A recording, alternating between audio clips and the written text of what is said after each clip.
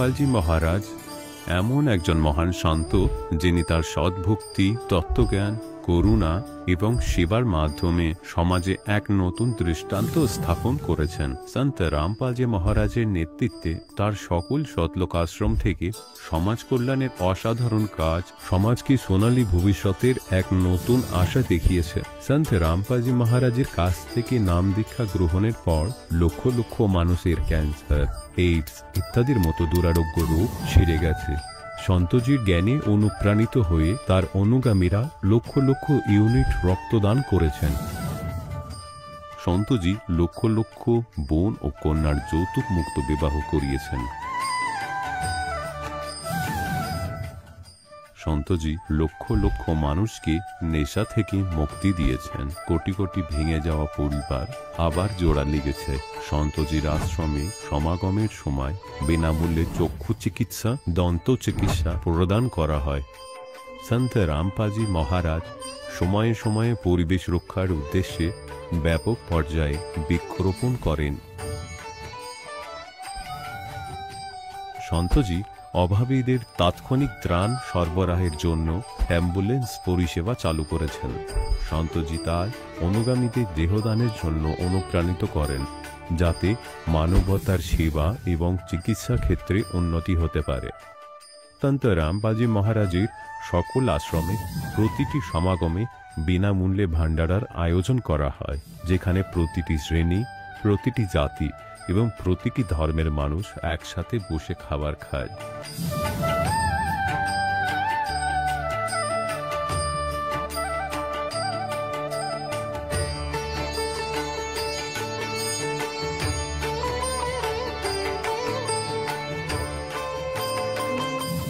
সন্ত রামপালজি মহারাজের অন্নপূর্ণ অভিযান গরিব ও অসহায় মানুষের জীবনে এক নতুন শক্তি ও আশার সঞ্চার করেছে। বাড়ি বাড়ি খাদ্য সামগ্রী এবং প্রয়োজনীয় সাহায্য পৌঁছে দিয়ে সন্ত রামপালজি মহারাজ মানুষকে দুঃখ ও অসহায়তার সঙ্গে লড়াই করার ক্ষমতা দিয়েছেন।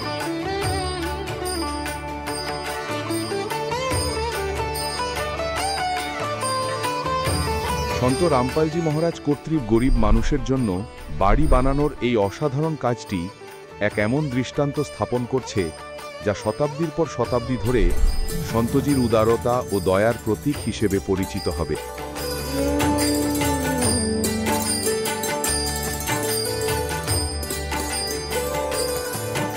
সন্ত রামপালজি মহারাজের আশ্রমে হাজার হাজার বয়স্ক মানুষ সম্মান এবং ভালোবাসার সাথে জীবনযাপনের সুযোগ পান। তাদের খাওয়া, থাকা এবং স্বাস্থ্যের সম্পূর্ণ দায়িত্ব সন্ত রামপালজি মহারাজ গ্রহণ করেন। অনাথ শিশুদের জন্য সন্ত রামপালজি মহারাজের সকল আশ্রম কোনো আশীর্বাদের চেয়ে কম নয়। এখানে শিক্ষা, সংস্কৃতি এবং ভবিষ্যতের জন্য উন্নত সুযোগ প্রদান করা হয়। বন্যা হোক, ভূমিকম্প হোক বা মহামারী, সন্ত রামপালজি মহারাজ এবং তার অনুগামীরা সবসময় অসহায় মানুষের জন্য সবার আগে দাঁড়িয়ে থাকেন। কোভিড মহামারীর সময় সন্ত রামপালজি মহারাজের আশ্রম থেকে কোটি কোটি মানুষের জন্য খাবার, ওষুধ এবং জীবন রক্ষাকারী সামগ্রী সরবরাহ করা হয়েছিল। দরিদ্রদের সাহায্য হোক বা কোনো শোষিত ও নিপীড়িত শ্রেণীর অধিকার ও সম্মানের লড়াই, সন্ত রামপালজি মহারাজ সবসময় তাদের কণ্ঠস্বর সরকারের কাছে পৌঁছে দিয়েছেন এবং তাদের যথাযথ ন্যায় বিচার প্রদানে গুরুত্বপূর্ণ ভূমিকা পালন করেছেন। সমাজে আধ্যাত্মিক এবং সামাজিক মূল্যবোধ সম্পর্কে সচেতনতা বৃদ্ধিতে সন্ত রামপালজি মহারাজ প্রতিটি পদক্ষেপে মানবতার সত্যিকারের সেবক হিসাবে প্রমাণিত হয়েছেন। সন্ত রামপালজি মহারাজের জীবন আমাদের শেখায় যে সত্যিকারের সেবা হলো সেই সেবা যা নিঃস্বার্থভাবে করা হয়। আসুন আমরাও সেই মহান সেবার কাজে এই মহান সাধকের সাথে যুক্ত হই এবং সন্ত রামপালজি মহারাজের কাছ থেকে নাম দীক্ষা নিয়ে আমাদের জীবনকে ধন্য করি।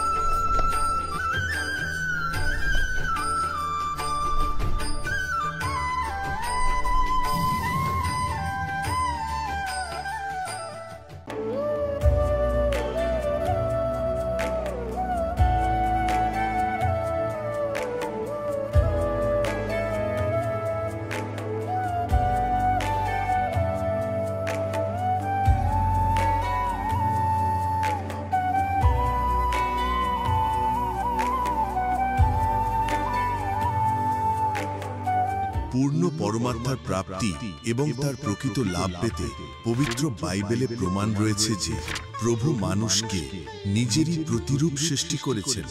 6 দিনে সৃষ্টি রচনা করে 7ম দিনে বিশ্রাম নেন। হযরত মুহাম্মদকে খোদা স্বয়ং বলছেন যে আমি তোমায় সেই পরমাত্মার মহত্ব বলার জন্য পাঠিয়েছি। সেই পরমাত্মা হলেন কবির, যিনি 6 দিনে সৃষ্টি রচনা করলেন এবং 7ম দিনে সিংহাসনে আসীন হলেন। তার খবর কোনো বাখবর ব্যক্তিকে জিজ্ঞাসা করে দেখো। অনুগ্রহ করে অবশ্যই শুনুন জগৎগুরু তত্ত্বদর্শী সন্ত রামপালজি মহারাজের অমৃত প্রবচন।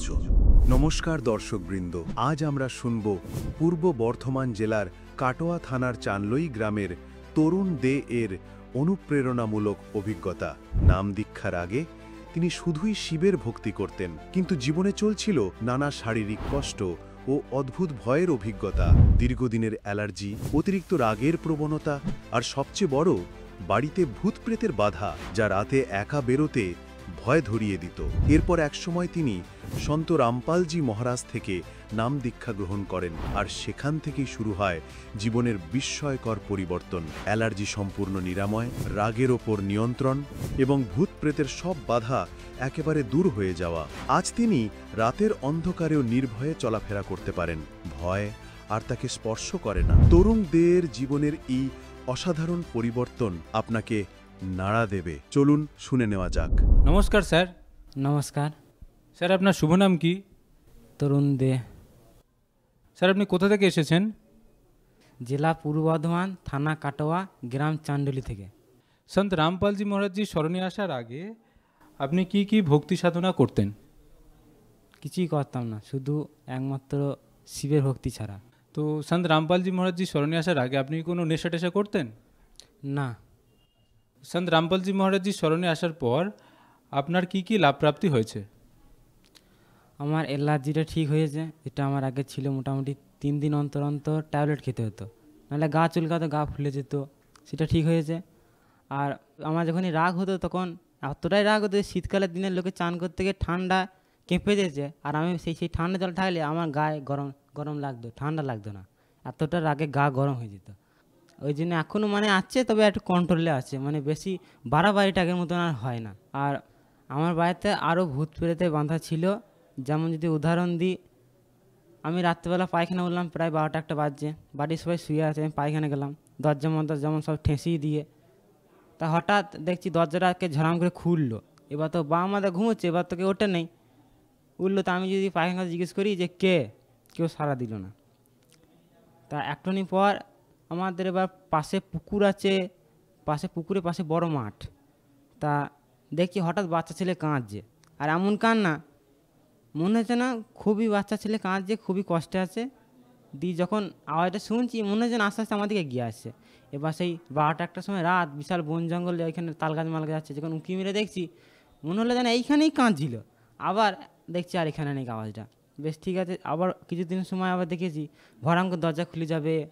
বাড়িতে যখন আমি বেশিরভাগ রাতে একা থাকতাম, হুটুম হাটুম করে বাসন পড়বে, এই ঘর থেকে আওয়াজ, ও ঘর থেকে আওয়াজ, মনে হচ্ছে ওপরে জনকে হেঁটে যাচ্ছে, পায়ের শব্দ, এরকমটাকে বহু রকম হতো। সেইটা এখন কেটে গিয়েছে। আগে যেমন রাস্তাঘাটে বেরোলে রাত্রেবেলা ভয় লাগতো, গা ছমছমটাই ভাব। আর এখন রাত্রেবেলা 9টা, 9:30, 10টার সময় রাস্তা চলে আসে, একা, কেউ থাকছে না, কুকুর।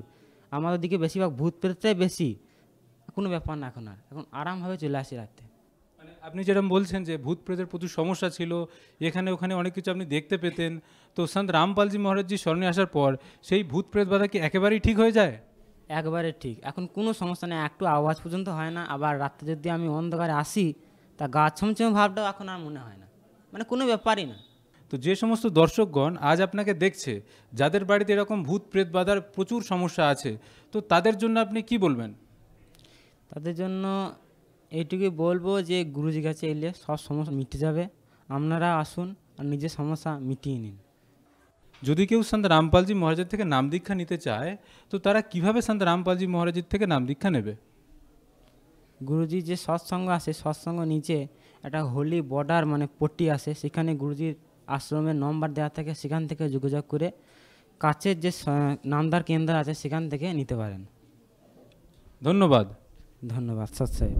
দর্শকগণ, এখন আপনি শুনলেন সন্ত রামপালজি মহারাজের থেকে দীক্ষা গ্রহণ করে সুখী হওয়া ভক্তের অভিজ্ঞতা।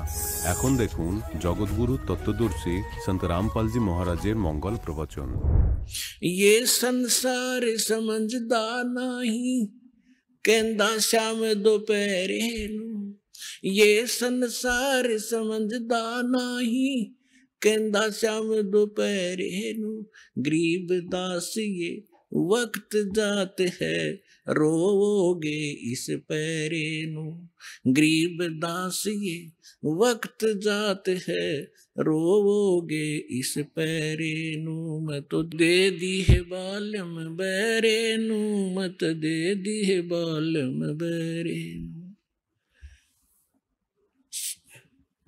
ऊंची थलियां खेती बोए ये भूल गए हैं नज डेरे नू ऊंची थलियां खेती बोए ये भूल गए नज डेरे नू गरीब दास ये वक्त जात है रोओगे इस पैरे नू गरीब दास ये वक्त जात है रोओगे इस पैरे नू मत दे दी बैरे नू मत दे दी है बालम बैरे। এখন এতে কি বলতে চেয়েছেন পরমাত্মার জ্ঞান গরিবদাস সাহেবজি?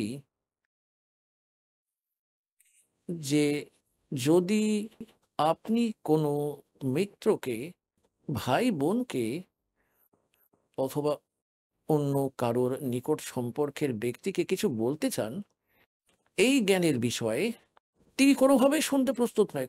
কারণ তার মন ভিতরে প্রভাবী, মন ভারী।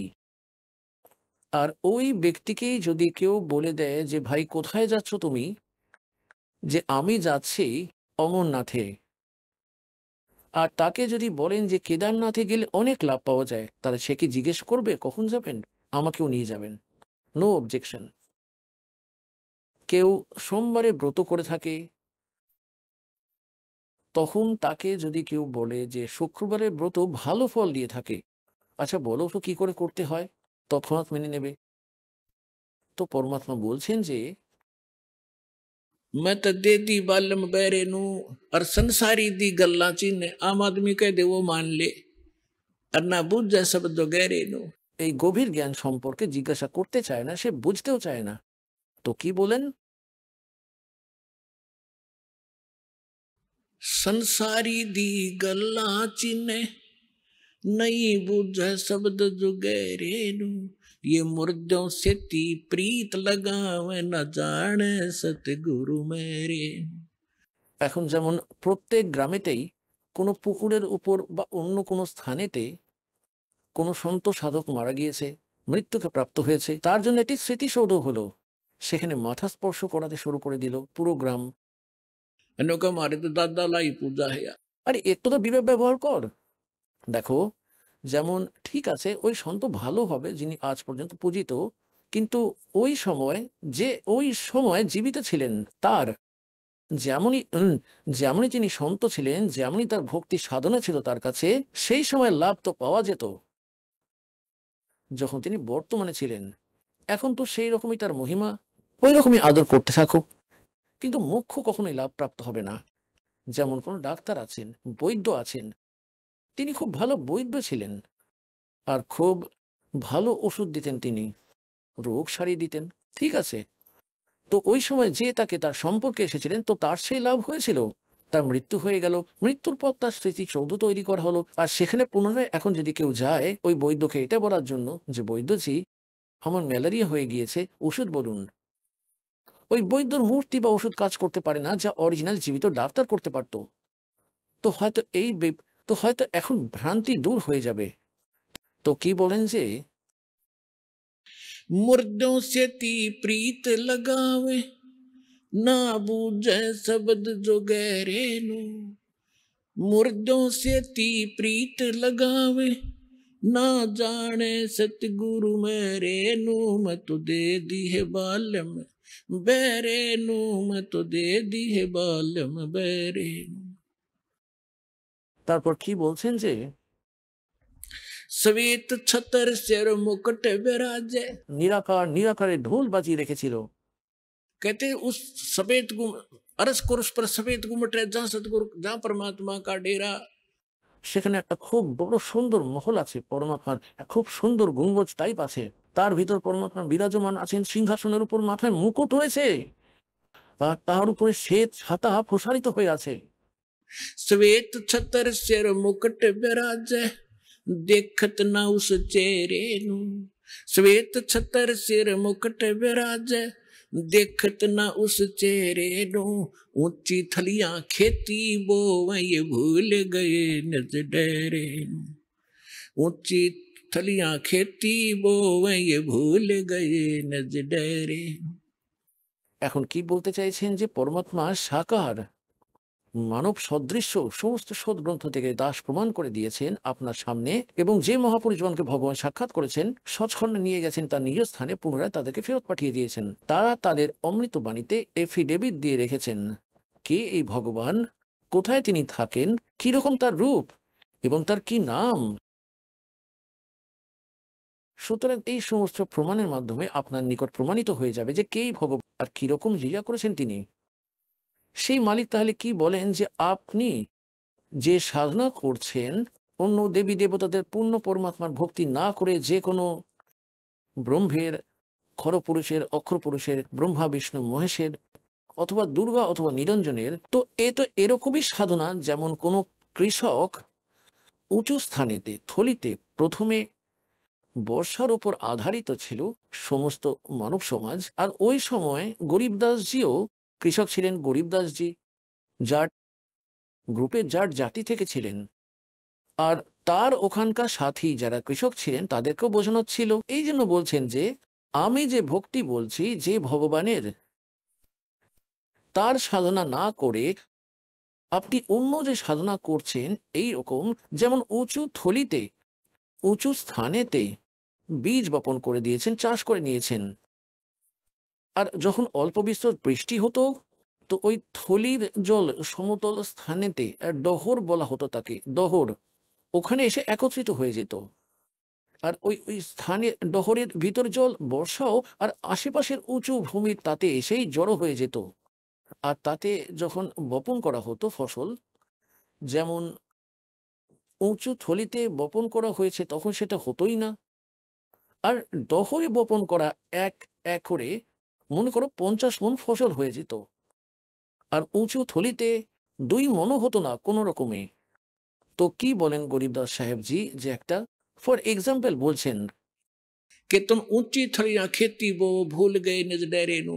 এই পরমপিতা পরমাত্মা সৎপুরুষ গভীর সাহেব ভক্তি না করে আপনি অন্য দেবী দেবতাদের ভক্তি করে এইরকম লাভ উঠাচ্ছেন, যেমন উঁচু স্থানে চাষ করা কৃষকের কোনো লাভই হয় না। আর যারা ডহরে বীজ বপন করে যত্ন উভয় একই রকম করে, কিন্তু ওই ডহরের অর্থাৎ উর্বর জমিতে আর সমতল জমিতে অধিক লাভ হয়ে থাকে। এটা বোঝাতে চান যে যে সাধনা আমি বলছি সেটাকে ডহর মনে করো। এখন পুনরায় বলছেন,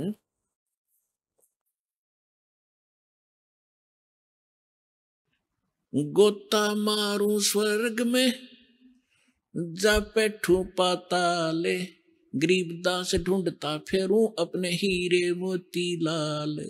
चारों युग में मेरे संत पुकारे और कूक कहा हम हेल रे, हीरे माणिक मोती बरसे ये जग चुगता ढेल रे।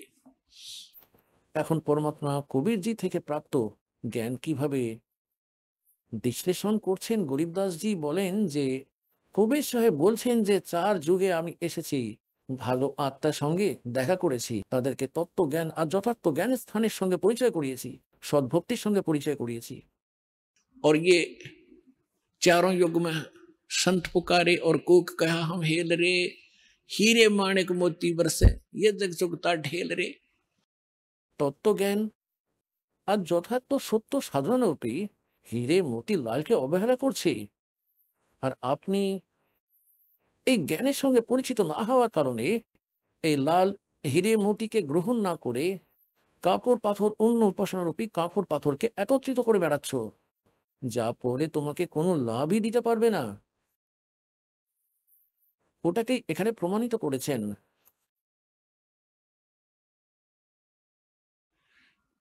श्वेत छतर सिर मुकुट विराजे, देखत ना उस चेहरे नु, ऊंची थलियां खेती बोवे ये भूल गए निज डेरे नु, पर भी लेन जात है दुनिया, हमरा ज्ञान किन्हे ना सुनिया।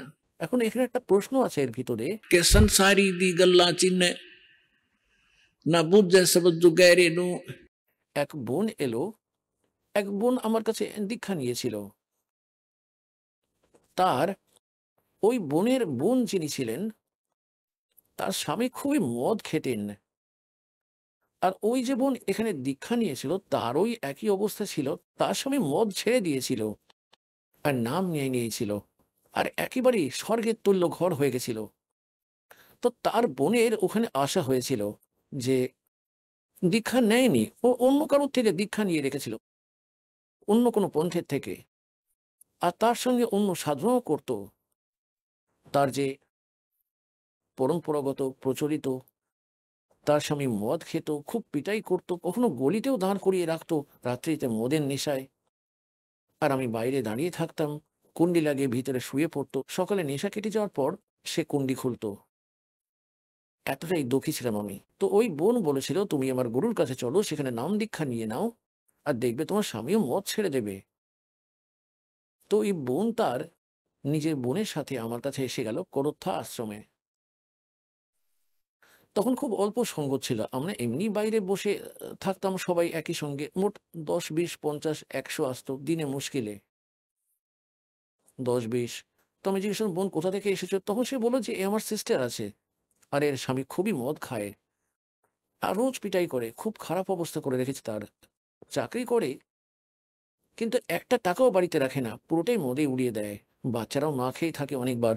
তো আমি বললাম যে দীক্ষা নিতে হবে, ভগবান তারপর ধীরে ধীরে সদ্বুদ্ধি দেয়, পরিবারের মধ্যে ভগবান একেবারে প্রবিষ্ট হয়ে যান, আর এই পিতৃভূত প্রবেশ করে সেখানে উৎপাত করতে থাকে, তারপর পালিয়ে যায়, সদ্বুদ্ধি চলে আসে।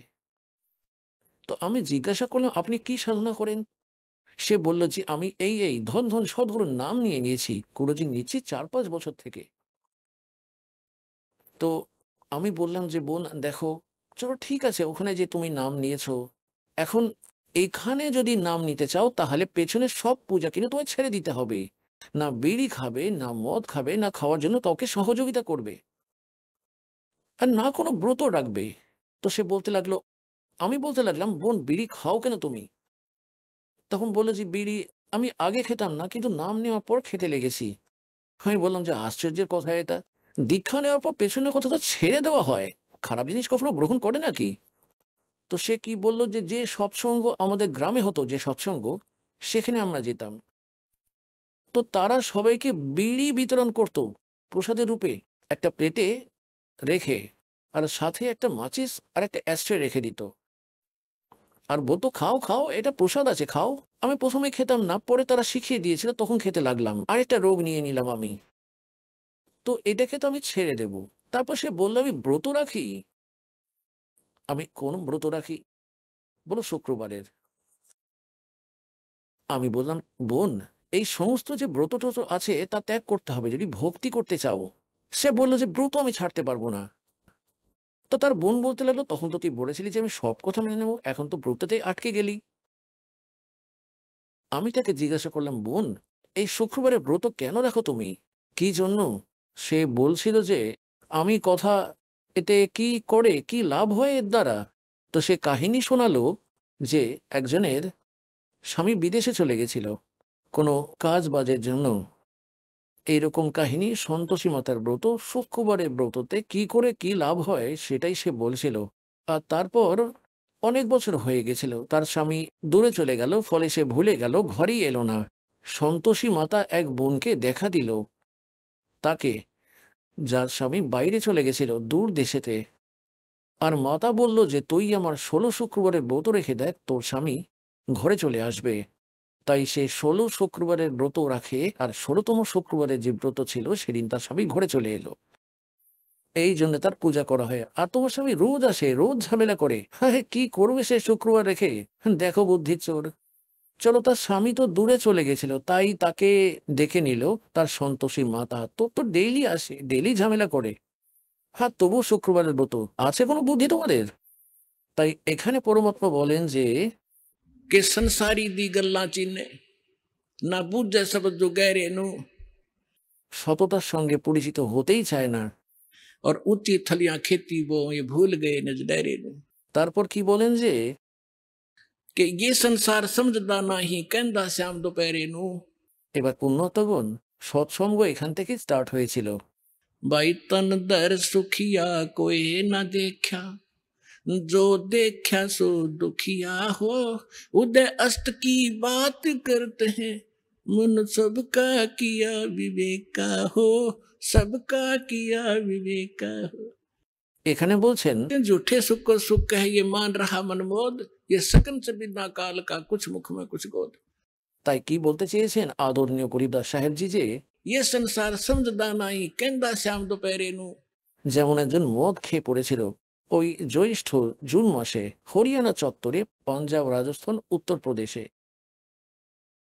এখানে জুনের সময় খুব ভয়ঙ্কর গরম পড়ে, আর মদ পান করে বাইরে পড়েছিল একদম মাঠের মধ্যে। আর তার সাথীরা বললে যে ওঠো ভাই, খুব কষ্ট হচ্ছে তোর, মুখে ফেনা আসছে, ঘামে ভিজে ভিজে বালিতে শুয়ে আছিস, ওর তোকে ছায়ায় শুয়ে দিচ্ছি আমরা।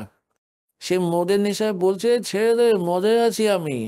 ওখানে রৌদ্রের মধ্যে শুয়ে আছে, বালির ওপরে পড়ে আছে ঘামে ঘর্মাক্ত হয়ে, আর তাকে বলে যে ছেড়ে দে, বেশ মজায় আছি আমি। তাই পরমাত্মা বলেন তোমরা ভাঙের নেশায় আছো কালের। कबीर ये माया अटपटी सब गट आनड़ी और किस किस न समझाऊं या कुआ भांग पड़ी তো এইভাবে আমরা এই দুঃখকে সুখ মনে করছি এই নেশার ফলে। তারপর কি বলছেন, যেমন একজন রিলেটিভ অন্য রিলেটিভ অথবা বন্ধু বা আত্মীয় রিলেটিভ কারোর সঙ্গে কোর্টে দেখা হলো, কাছারিতে। আর সেখানে দেখা হতেই হাত মেলায় আর জিজ্ঞাসা করে কি হালচাল ভাই, ভালো আছো তো? কোর্টে ভালো থাকবে কি করে, সেখানেও তো অশান্তি লেগে আছে। আরে কোর্টেও বলছো ভালো আছি, এখানেও যাও ওই ব্যক্তি 2 মিনিটও কত চিন্তা থাকে, উকিল এলো না, সাক্ষীও এলো না, অমুকও এলো না। তারপর কেউ বলে কি হাল ভাই, ঠিক আছে? ভাই ভালো, সব ঠিকঠাক, ভালোই আছি। তারপর হসপিটালে গেল কেউ, কারণ হয়তো বাচ্চা অসুস্থ ছিল, বন্ধু এলো সেখানে দেখা করার জন্য, তাকে জিজ্ঞাসা করে সব ঠিক আছে তো? ওই ছেলে তো অসুস্থ, বাকি সব ঠিক আছে, ভালোই আছি। হ্যাঁ, ছেলে মরার মুখে আছে আর বাকি সব ঠিকঠাক আছে।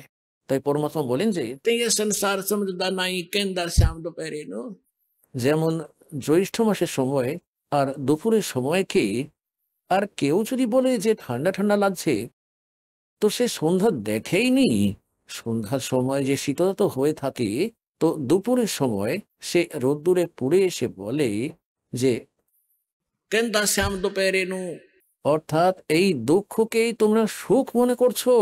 झूठे सुख को सुख कहे ये मान रहा मन मोदे ये सकल चबीना काल का कुछ मुख में कुछ गोदे তারপর কি বলছেন পরমাত্মা, भाई सुरपति दुखिया भूपति दुखिया रंग दुखी बपरीती हो कहे कबीर और सब दुखिया एक संत सुखी मन जीती हो संत सुखी मन जीती हो সুরপতি দেবতার রাজা ইন্দ্র দুঃখে আছে, আর পুরো পৃথিবীর রাজাও দুঃখে রয়েছে। আর ফকির তো স্বাভাবিক দুঃখী, যে গরিব হয় সে তো দুঃখে থাকেই। তাই পরমাত্মা বলছেন कहे कबीर और सब दुखिया एक संत सुखी मन जीती हो অর্থাৎ পরমাত্মা স্মরণে যে প্রাণী এসে যাবে, পূর্ণ সদ্গুরু স্মরণে আসলে, সেই সত্য পরমাত্মার ভক্তি করলে এক তার জ্ঞান এমন প্রাপ্ত হয়ে যাবে যে সে সাংসারিক এই আড়ম্বর থেকে দূরে সরে যায়। তার জ্ঞান এমন নির্মল হয়ে যায় যে ऐसा निर्मल ज्ञान है ये निर्मल करे शरीर और ज्ञान मंडलीक है भाई चकवे ज्ञान कबीर তো তাকে জ্ঞান এমন মিলে যায় যে সে এখান থেকে পিছে ছাড়ালেই পার পাওয়া যাবে না, না কঠি খুব বেশি আবশ্যক, না বাংলো হয়ে যায় বেশি, এখানকার আজে বাজে কাজ চলবেই না। কারণ আমাদের পরমাত্মা সর্বব্রহ্মাণ্ডের পালক, সবার রচনাকার। একটা ঝোপড়িতে টাইম পাস করতেন আর হাতে কাপড় বুনে নির্বাহ করে দেখাতেন, যিনি সবার পালন কর্তা। নয়তো তিনি স্যার একটা বচনে একটা খুব বড় মহল বানাতে পারতেন, ওনার ইট সিমেন্ট আনার কোনো দরকারই প্রয়োজন ছিল না। উনি আমাদের বলতে চেয়েছেন এই নোংরা লোক থেকে বেরোতে চাইলে এখানকার অকাজগুলো ছাড়তে হবে। কি বলে, এখানে জন্ম আর মৃত্যু থেকে মুক্তি পেতে চাইলে আপনি এই ভক্তি করে নিন। গীতা অধ্যায় নম্বর 7 শ্লোক নম্বর 29 বলা হয়েছে, গীতা জ্ঞানদাতা বলেন যে যে আমার জ্ঞানকে আশ্রয় করে এবং তত্ত্বদর্শী সন্তের যারা খোঁজ করে ফেলে, এবং সেই ব্যক্তি যারা কেবল জরা এবং মৃত্যুর থেকে মুক্তি পাওয়ার প্রচেষ্টা করছে, তারা সেই তত্ত্ব ব্রহ্মের সঙ্গেও সমস্ত আধ্যাত্মিক জ্ঞানের সঙ্গে পরিচিত এবং সমস্ত কর্মের সম্পর্ক পরিচিত। সেই প্রাণীরাই জরা ও মরণের থেকে মুক্তির প্রচেষ্টা করে থাকে এবং এই সংসারে কোনো সুখেরই তারা কামনাই করে না। তো এখানে এলে আপনাদের এই জ্ঞান হয়ে যাবে। আর উনি তো সমর্থ, আপনার যে জিনিসের প্রয়োজন হবে, আবশ্যকতা হবে, অকাত শুনবেন না আপনারা। আপনার যদি দরকার হয় আপনাকে তৎক্ষণাৎ দিয়ে দেবেন এনে, যা কিছুই কারণ হোক না কেন। তাই এই জন্য এখানে পরমাত্মা বলেন যে कहे कबीर और सब दुखिया एक संत सुखी मन जीती हो। মন জয় মানে এটাই বোঝায় যে যেমন আমরা এখানকার এই যে নাচ গান, এর জ্ঞান তো হয়েই গেছে যে এটা অকাজ, বেমতলবের। আজ নাচ গান করছে, ঢোল পেটাচ্ছে, ডিজে বাজাচ্ছে, আর পরের দিন বরের মৃত্যু ঘটে গেল, পরে মাথা ঢুকে কাঁদছে, এবার বাজাও ডিজে। তাই সন্তরা বলেন, না না, নানক সাহেবজি বলছেন যে जाने काल की कर डारे किसी विध ढल जा पासावे और जिना के सरते मौत खुड़क दीवनानु केड़ा हसावे। যারা মৃত্যুকে দেখতে পায়, যারা এখান থেকে চলে যেতে চায়, তারা জানে না যে এখানে কখন আকাশ ভেঙে পড়বে, তো তারা এই অকাজগুলি করে না। এবার কারোর ভয়ঙ্কর রোগ আছে, সে জানে তার ক্যান্সার হয়েছে আর সে কিছুদিনেরই অতিথি, তাকে শোনাও সেই ডিজে আর করে দেখাও আজেবাজি কাজ। তাকে তো আঙুল গুনে গুনে দিন চালাতে হয় যে কবে যে তার মৃত্যু হয়ে যাবে আর কতদিনের জীবন আছে। তো আমাদের সবারই ক্যান্সার আছে। পরমাত্মা বলেন যে जग सारा रोगिया रे जिन सतगुरु वैद न जाना, जग सारा रोगिया रे। जन्म मरण का रोग लगाया तृष्णा बिडरी खांसी और आवागमन की डोर गले में पड़ी काल की फांसी। তাই আমাদের এই কালের ফাঁস দেখা উচিত। আর এখান থেকে সব বেরিয়ে যাওয়ার যখন আমরা নিষ্ঠা তৈরি করব, তবেই আমাদের মন জয় করা যাবে, তখন মনকে জেতা যাবে। এই জ্ঞান দ্বারা আমরা পিছনে সরব, তারপর পরমাত্মার সঙ্গে থাকবেন। বলা হয় कल्पे कारण कौन है कर सेवा निकाम, সেবা মানে পূজা। और मन इच्छा फल दूंगा जब पड़े मेरे ते काम। তো এই প্রকার সৎ সাধনা করলে আপনার মুক্তি, আপনার বাচ্চাদের মুক্তি। এবং কবির সাহেব এটাই সেই সময়ে যে প্রতিজ্ঞা তিনি করেছিলেন যে कि भक्ति बीज होगा जो हंसा और तारू तास के इकोत्र वंशा। এবার হাজারো বছর পর্যন্ত এই সৎ সাধনা চলবে, পুরো বিশ্বে এই জ্ঞান ছড়িয়ে যাবে। এখানে কেউ সুখে নেই, চাই কত বড় নিজেকে প্রধানমন্ত্রী মেনে নিক না কেন, বা কত বৈভবশালী মনে করছে, তার স্বপ্নেও সুখ নেই আজকের যুগে। তো এই জ্ঞান থেকে, এই ভক্তি থেকে আপনার আবশ্যকতাও পূর্ণ হবে, আর মন পালিয়ে যাবে, আত্মাও দৃঢ় হয়ে যাবে, আপনার মুক্তি হয়ে যাবে, শতলোকে চলে যাবেন, সদা সুখী হয়ে যাবেন। কিন্তু থাকতে হবে মর্যাদার মধ্যেই।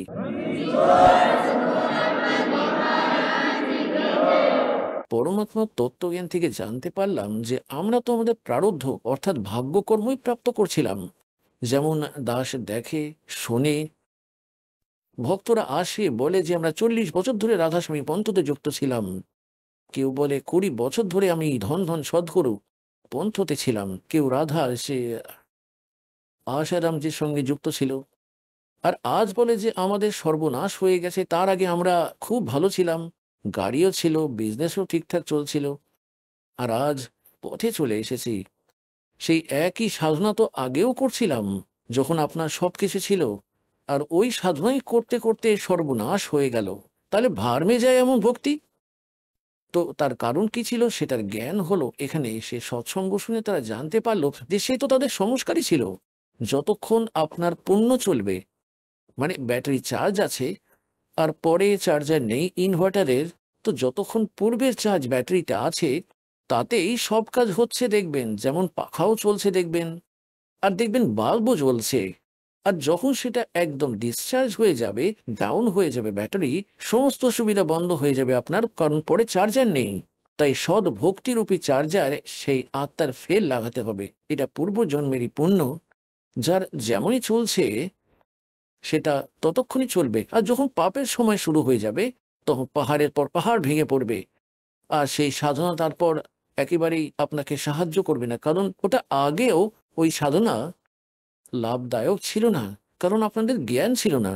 যে কারণে ওই নকল সন্তদের চালাকি বচন শুনে আর আপনি তাদের পিছু পড়ে যেতেন।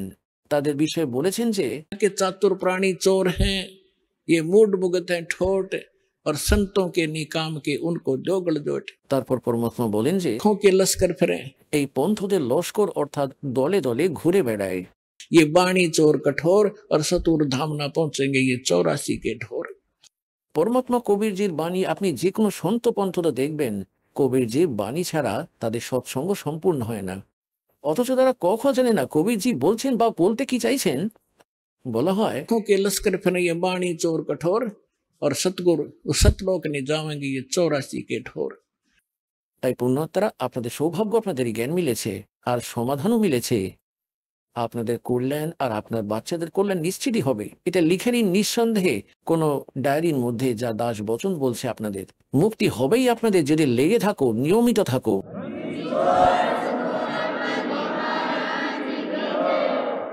এক তো হলো এই জ্ঞান। জ্ঞান তো অদ্বিতীয় আছেই পরমাত্মার। আর এই রকম হাজারের সংখ্যায়, লাখের সংখ্যায় ভক্তরা আছে। যদি তারা তাদের আত্মকথা বলতে শুরু করে, সম্পূর্ণ দিনও কম পড়ে যাবে আপনাদের। এই দাসের যবে থেকেই জ্ঞান প্রাপ্ত হয়েছে, আর পরমেশ্বর স্বরূপ আমাদের গুরুদেব যেদিন আশীর্বাদ দিলেন দাসকে যে তুমি দীক্ষা দেবে, দাস তো এই উদ্দেশ্য নিয়ে ভক্তি করছিল না যে একদিন এত বড় দায়িত্বের কাজ দাসের প্রাপ্ত হয়ে যাবে। তখন তিনি বললেন যে এই বিশ্বে তোর সমান সন্ত হবেই না।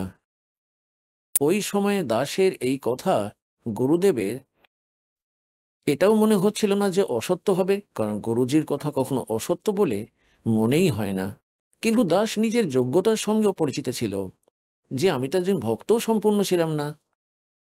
আর তিনি বলছেন তোর সমান সন্ত হবেই না এই বিশ্বে। বলা হয় सतगुरु बोले, संत बोले सैद सुबह, और पलट दे ब्रह्मंड। পুণ্যাত্মাগণ, আপনাদের জন্যই সব কার্য হয়েছে, আপনাদের সৌভাগ্য। তাই বলা হয় ये संसार समझदा नहीं, कहंदा श्याम दोपहरी नू। ভুল সাধনা করে বেড়াও, ভুল ভগবানের আশ্রয় নিয়ে বসে আছো। বলা হয় এটাকেই সুখ মনে করছো। আর মানব শরীর প্রাপ্ত করে যদি এই সদ্ভক্তি আর এই সৎ সাধনা আপনি না করেন, তাহলে गरीब दास ये वक्त जाते रोग इस पैरी नू। এই মনুষ্য জীবন একবার হাত থেকে ফসকে গেলে না জানি কত ভয়ঙ্কর কষ্ট আপনার উপর ভেঙে পড়বে। তাই সৌভাগ্য আপনাদের, এই স্থান পেয়েছেন, এই সত্য নাম পেয়েছেন আর সত্য জ্ঞান পেয়েছেন। ভক্তি করুন, অন্যদেরও বোঝান যারা আপনাদের সংস্পর্শে আসে, কিন্তু ভালোবেসে। কারণ প্রথমবার আপনাদেরকেও এরকম উৎপটাং লেগেছিল।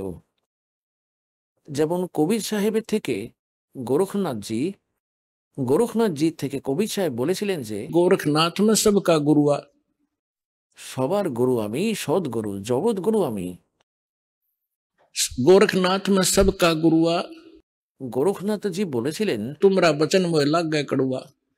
যে তুই কি করে নিজে নিজেকে সবার গুরু বলছিস, জগৎ গুরু বলছিস, এক তাঁতি জোলা। কবির সাহেব বলেছিলেন कड़ुआ लगे सो मीठा हुई, हमरी बात पति जैसोई। আজ তো তেতো মনে হচ্ছে গোরখনাথ, যদি বিশ্বাস করিস তাহলে এটা মিষ্টি হয়ে যাবে। তাই পুণ্যাত্মাগণ, এই প্রকার আমাদেরও প্রথমে একবার তেতো লেগেছিল, কিন্তু আজ এটা সুস্বাদু হয়ে গেছে, কারণ জ্ঞানটাই এমন।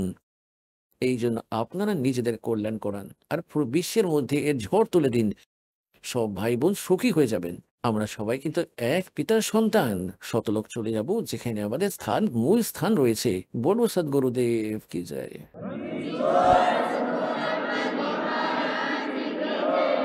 পরম পিতা পরমাত্মা পূর্ণব্রহ্ম সর্বসৃষ্টির রচনাকার কবির পরমেশ্বরজির অসীম কৃপায় আপনারা সকল পুণ্যাত্মারা পরমাত্মার মহিমা শোনার জন্য উপস্থিত হয়েছেন।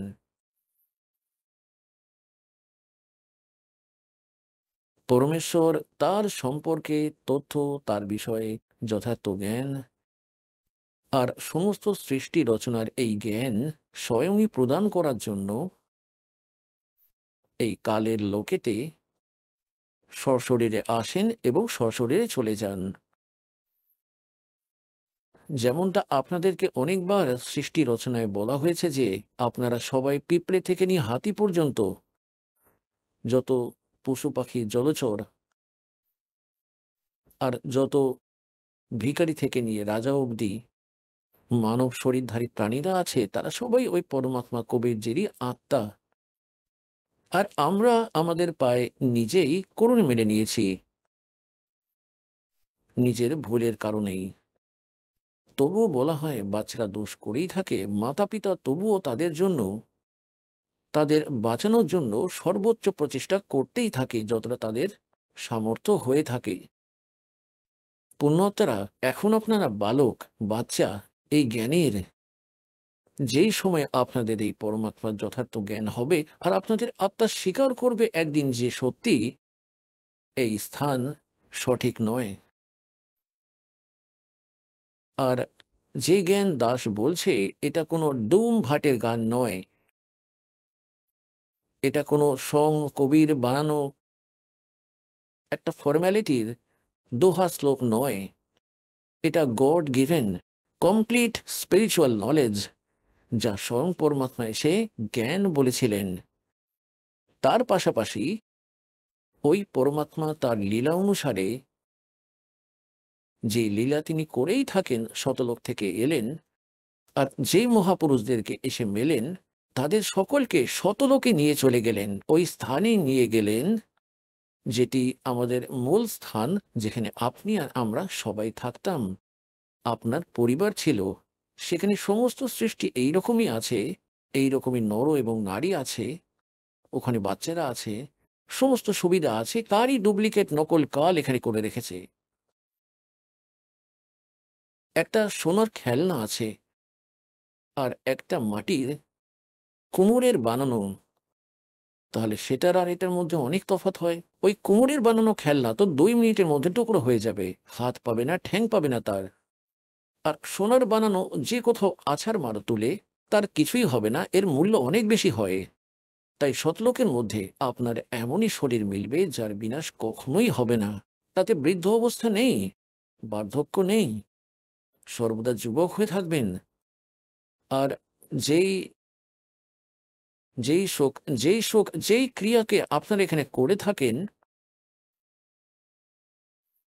বেড়াতে ঘুরতে যাওয়া প্রত্যেক আত্মাই চেয়ে থাকে হিল স্টেশনে ঘুরে আসি, ওখানে যাই, গিয়ে পার্কে বেরিয়ে আসি, এই সমস্ত সুবিধা আপনি শতলোকে পেয়ে যাবেন।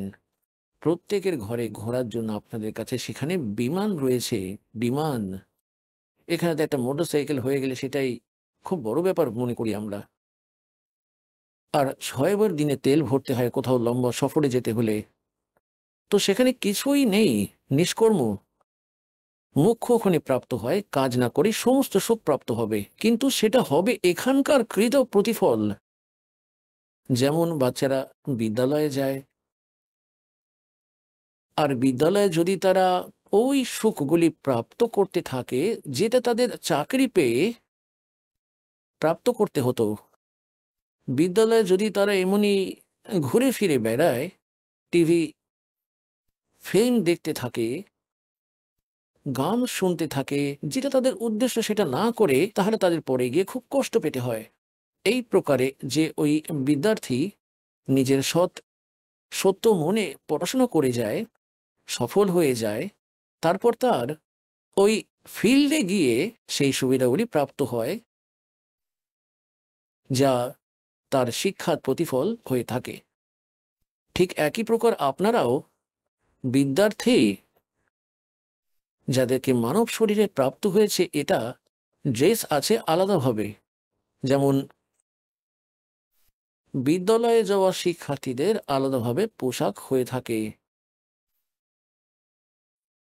একই প্রকার আপনারাও যাদের মানব শরীর প্রাপ্ত আছে পুরো বিশ্বে, তারা পরমাত্মাকে পাওয়ার ইউনিভার্সিটিতে বিদ্যালয়ে প্রবেশ প্রাপ্ত করে ফেলেছে। এদের এত ভালো নাম্বার ছিল যে তারা প্রবেশ করতে পারল, আর এই ড্রেস পেয়ে গেল। নয়তো কুকুর, গাধা, শূকরের ড্রেস এগুলো আগেই আপনারা পড়েছিলেন। যাদেরই আজ মানব শরীর প্রাপ্ত হয়েছে বা যখনই হয়ে থাকুক, তার উদ্দেশ্যও ভিন্ন হয়ে থাকে। আর উদ্দেশ্য ছেড়ে তারা এখনই কোঠি, বাংলো, কার, সং, সিনেমা, তাস ওইসব খেলতেই থাকে, রাজনৈতিক গল্প করতেই থাকে। সেই শিক্ষার্থী ফেল করে যায়, আর ফেল হওয়ার পর সেই শিক্ষার্থীদের কতই কষ্ট হতে থাকে। আর যে বাচ্চারা পড়ে লিখে নেয়, শিক্ষা গ্রহণ করে নেয় ভালো নিষ্ঠা সহকারে, পরবর্তীতে তাদেরকে বড়ই সুখ প্রাপ্ত হয়। একই প্রকার আপনারা বিদ্যার্থী, এই দাসের কথা অনুযায়ী এই সিলেবাস আপনারা পড়তে থাকুন, আপনাদের দৈনিক কার্য করতে থাকুন, পরমাত্মার প্রতি বিশেষ রুচি বানাও। বেশিরভাগ সময় পরমাত্মার মহিমা শুনতে ও শোনাতে, মন্ত্র জপ করতে সকাল সন্ধে আর দুপুরের যে নিত্য নিয়ম বলা আছে সেইগুলোকে করাতে বেশিরভাগ সময় দাও। আর যে কার্য আপনাদের কখনোই করা সম্ভব হতো না, আর না আপনি ভাবতে পারতেন যে আমাদের এই সুবিধাগুলি প্রাপ্ত হতে পারে এই জীবনে, তখন এই পরমাত্মা আপনাদেরকে এখানকার সুখ দেবেন। কিন্তু এই সুখের সঙ্গে আপনাদেরকে পরিচিত করিয়ে দেওয়া হয় যে এই সুখকে প্রাপ্ত করে পরমাত্মার প্রতি রুচি কম করবে না, নয়তো আপনি ফের এখানেই রয়ে যাবেন। এর খুব ভয়ঙ্কর পরিণাম আপনাদেরকে ভুগতে হবে। তাই পুণ্যাত্মারা, আপনারা বালক, আপনারা জানেন না কোন নোংরা লোকে আপনারা বাস করছেন। এই স্থান সঠিক নয়। এখানে আজ কাউকে যতই সুখী দেখাচ্ছে এবং সম্পন্ন পরিবার আছে, সব বাচ্চারাও আছে, ভালো কেউ সার্ভিস করছে হয়তো, বা কেউ নিজের বিজনেস ঠিকঠাক করছে, বাচ্চা কাচ্চা আছে, সমস্ত সুবিধাও উপলব্ধ আছে। এই সব আপনাদের পূর্বজন্মের শুভ কর্মফল, সেটাই আপনাদের প্রাপ্ত হচ্ছে। আর সেইগুলোকে আপনারা আরাম করে খরচা করছেন। আপনার ব্যাংক ব্যালেন্স, যতক্ষণ আপনি, যে কোনো ব্যক্তির ব্যাংক ব্যালেন্স আছে, অর্থাৎ পূর্বে সঞ্চিত ধন তার কাছে উপলব্ধ রয়েছে, আর সেটাকে সে যে কোনো প্রকার খরচা করুক, নষ্ট করুক, যা কিছুতে প্রয়োগ করুক, যতক্ষণ সে পুঁজি থাকবে ততক্ষণ মনে হবে যেন এরা কিছুই কাজ করে না, তবুও সবাই মজ মস্তিতে বেশ ভালোই রয়েছে। কিন্তু যেই দিন সে পুঁজি সমাপ্ত হয়ে যাবে, তারপর ভাই এক দানাও খেতে পাবে না। কারণ তারা পরবর্তীতে কোনো কার্য করেছে আর পূর্বের পুঁজিটাও খরচ করে ফেলছে। তাই যারা সৎ সাধনা করে না এবং যারা সাধনা করে তাও শাস্ত্রবিধি ত্যাগ করে মন মতন আচরণ করে বেড়ায়, তারা দুজনেই নিজেদের জীবন নষ্ট করছে। আর এক সবচেয়ে বড় ভুল অজ্ঞানতার কারণে আমাদের হয়ে থাকে যে আমরা দেখি অমুক ব্যক্তি, সে না কখনো পরমাত্মাকে মনে করে থাকে, আর না কোনো এমন ধর্মকর্ম করে, সারাদিন নিজের মস্তিতেই থাকে, মদ পান করে, তবুও তার সমস্ত সুখ প্রাপ্ত হচ্ছে, পরিবারও ঠিক আছে, বাচ্চাও সঠিক লাইনে লেগে রয়েছে, আর সব সন্তান আছেন, নাতিপুতি সবকিছু আছে। আর একজন ভক্ত আছে, সে সমস্ত ভক্তি করছে, দান ধর্ম করছে, সৎসঙ্গেও আছে, অথচ তার তবুও কোনো না কোনো ঠুঁঠা লেগেই রয়েছে, কোনো না কোনো কষ্ট, কোনো না কোনো দুঃখ ঘিরেই থাকে তাকে। এখন বিনা জ্ঞানী প্রাণী এখানে মার খেতেই থাকে। সে এটাই ভেবে বসে যে কি লাভ এই ভক্তি করে। ওই সামনের ব্যক্তিজন যে আছে, কখনো রাম নাম নেয় না, কোনো ধর্মের নামক জিনিস সে জানেই না, এর সমস্ত সুখ প্রাপ্ত হচ্ছে, আর আমরাও সবকিছুই করছি, তবু কোনো না কোনো দুঃখ আসতেই রয়েছে। এখন আপনি শুনলেন সন্ত রামপালজি মহারাজের মঙ্গল প্রবচন। আসুন এখন শুনি সন্ত রামপালজি মহারাজের থেকে নাম দীক্ষা গ্রহণ করে এবং সদ্ভক্তি করে আশ্চর্যজনক লাভ অর্জনকারী অনুগামীদের অভিজ্ঞতা। নমস্কার দর্শকবৃন্দ, আজকের সাক্ষাৎকারে রয়েছেন পশ্চিমবঙ্গের মালদা জেলার এক কিশোর ভক্ত প্রবেশ দাস। মাত্র ৩ বছর বয়সে মা বাবার মাধ্যমে তিনি সন্ত রামপালজি মহারাজ থেকে নাম দীক্ষা গ্রহণ করেন। দীক্ষার আগে প্রবেশ কোনো উপাসনাই করেননি, কিন্তু নাম দীক্ষার পর তার জীবনে ঘটে একের পর এক অলৌকিক ঘটনা। বিদ্যুৎ স্পৃষ্ট হয়েও অলৌকিকভাবে বেঁচে যাওয়া, ডেঙ্গু থেকে রক্ষা, এমনকি এক ভয়ঙ্কর গাড়ি দুর্ঘটনা থেকেও পুরো পরিবার সহ অক্ষত অবস্থায় ফিরে আসা প্রতিটি ঘটনায় প্রমাণ করে সন্ত রামপালজি মহারাজের কৃপা কতটা বাস্তব ও শক্তিশালী।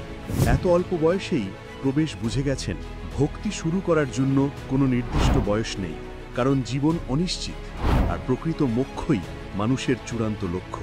তো চলুন শুনে নেওয়া যাক প্রবেশ দাসের নিজের মুখেই তার জীবনের এই অলৌকিক অভিজ্ঞতাগুলো। নমস্কার, সচ্চাই।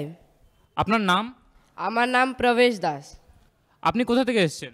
আমি পশ্চিমবঙ্গ মালদা জেলা থেকে এসেছি। সন্ত রামপালজি মহারাজের কাছ থেকে নাম দীক্ষা আপনি কবে নিয়েছেন? আমি সন্ত রামপালজি মহারাজ থেকে নাম দীক্ষা 4/8/2014-তে নিয়েছি। সন্ত রামপালজি মহারাজের কাছ থেকে নাম দীক্ষা নেওয়ার আগে আপনি কি কি ভক্তি সাধনা করতেন? আমি সন্ত রামপালজি মহারাজ থেকে নাম দীক্ষা 3 বছরের থেকে কম বয়সে নাম দীক্ষা নিয়েছি।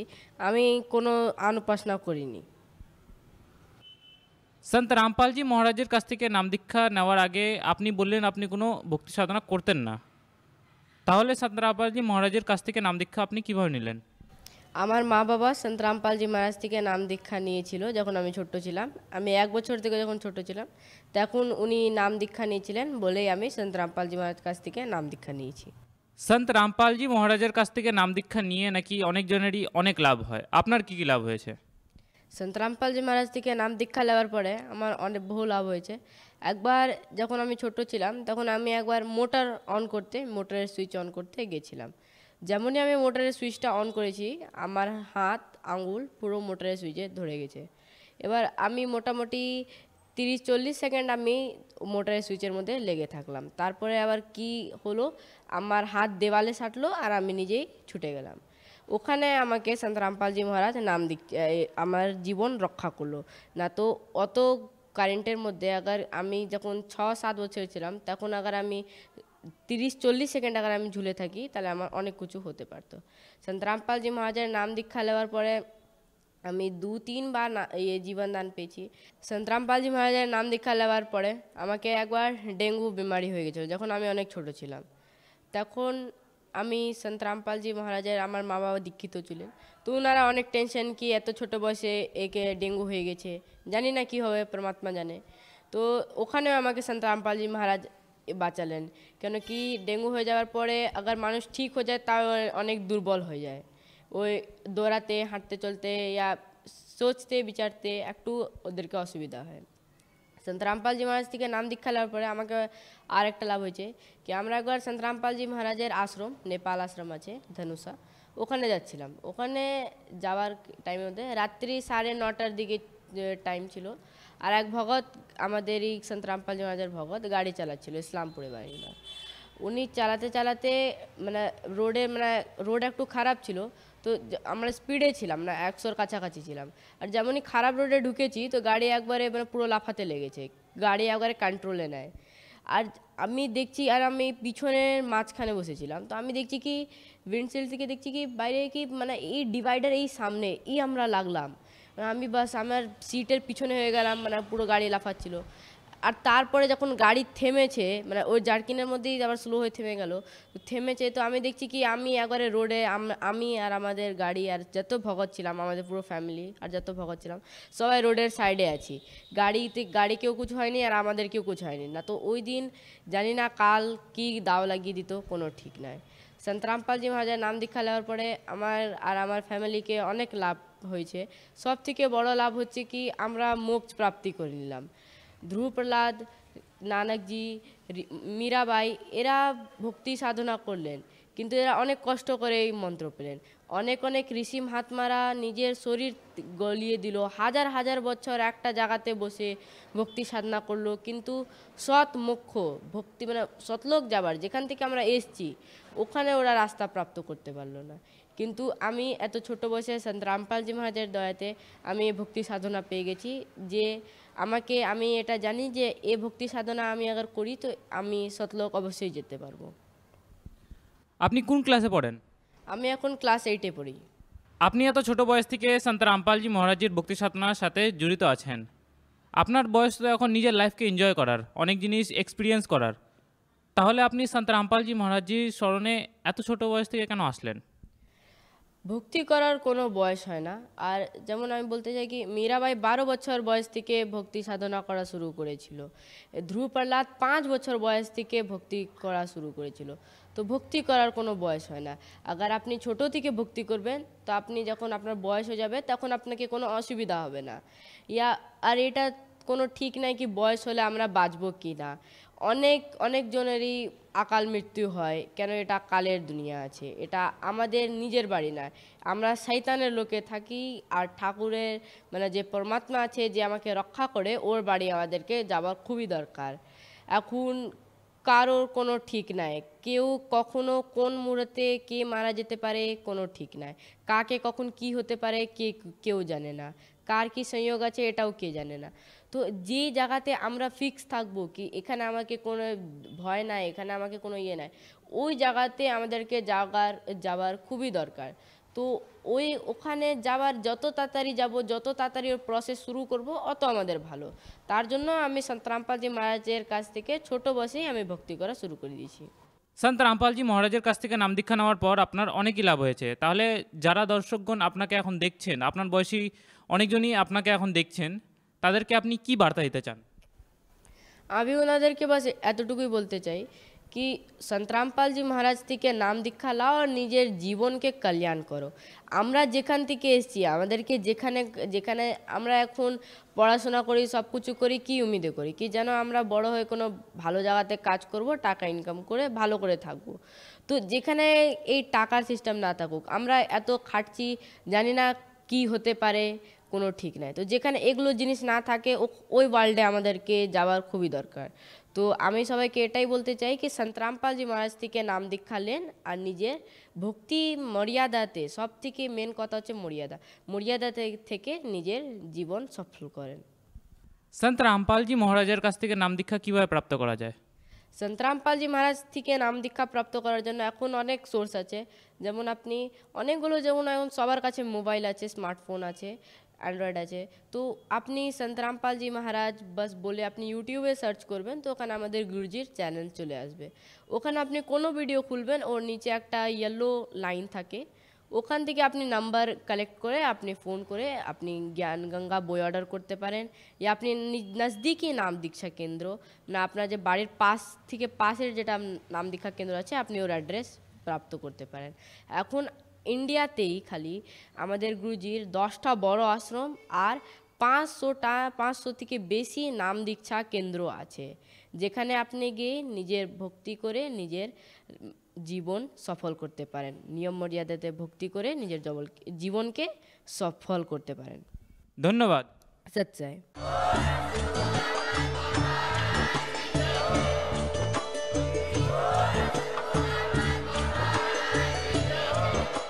আপনারা শুনছিলেন জগৎগুরু তত্ত্বদর্শী সন্ত রামপালজি মহারাজের মঙ্গলময় প্রবচন।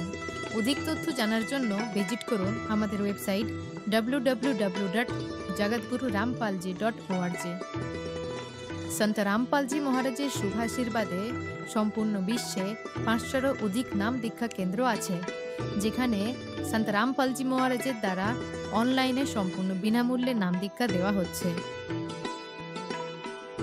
আপনার নিকটবর্তী নাম দীক্ষা কেন্দ্রের ঠিকানা জানার জন্য যোগাযোগ করুন 9188291491।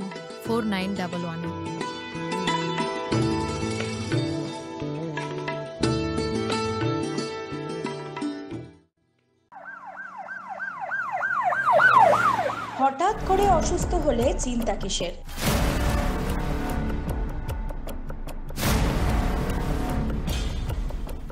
24 ঘন্টা এমার্জেন্সি পরিষেবা নিয়ে আপনাদের পাশে রিকভারি নার্সিং হোম।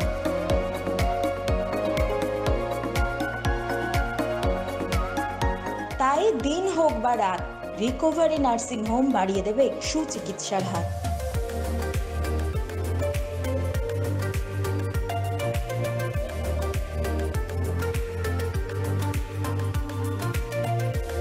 জগৎগুরু তত্ত্বদর্শী সন্ত রামপালজি মহারাজের পবিত্র সান্নিধ্যে ভক্তির আলো জ্বালাতে এবং ভক্তদের সত্য ভক্তির পথ দেখানোর উদ্দেশ্যে পশ্চিমবাংলার জনপ্রিয় চ্যানেল রাত দিন বাংলা চ্যানেলে জগৎগুরু তত্ত্বদর্শী সন্ত রামপালজি মহারাজের মঙ্গল প্রবচনের সম্প্রচার প্রতিদিন দুপুর 1টা থেকে 2টো আর রাত 7টা থেকে 8টা পর্যন্ত করা হচ্ছে।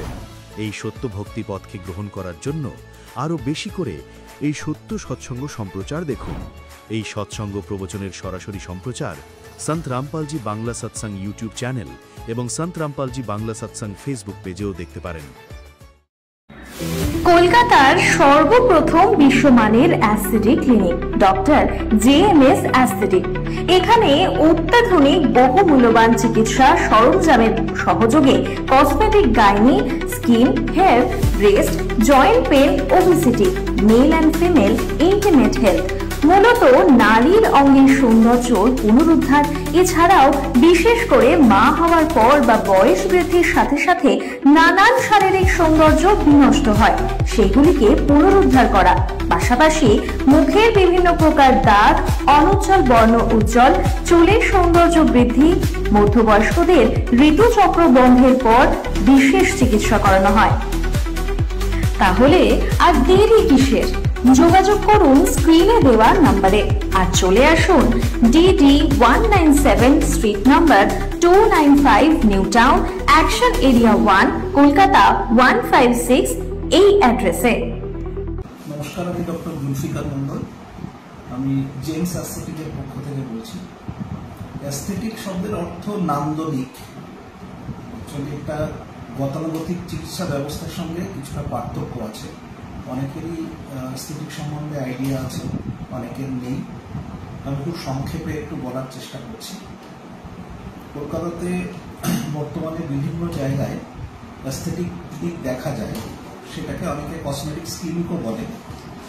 সাধারণভাবে বিউটি পার্লার সম্বন্ধে অনেকের আইডিয়া আছে। বিউটি পার্লারে যাতায়াত সবারই থাকে, মেয়ে এবং গৃহবধূদের। তো আমি যদি খুব সংক্ষেপে বলি যে যেখানে পার্লার শেষ, বিউটি পার্লারে যেখানে শেষ, সেটাই অ্যাস্থেটিক শুরু। অ্যাস্থেটিক ক্লিনিকে সেখান থেকেই শুরু হয়। পার্লারে যেমন একটা কৃত্রিমভাবে একজনের ফেসকে বিভিন্ন প্রসাধনীর সাহায্যে সাময়িকভাবে তাকে একটা চকচকে ঝকঝকে করা হয়, অ্যাস্থেটিক ক্লিনিকে সেটাই পার্মানেন্টলি করা হয়।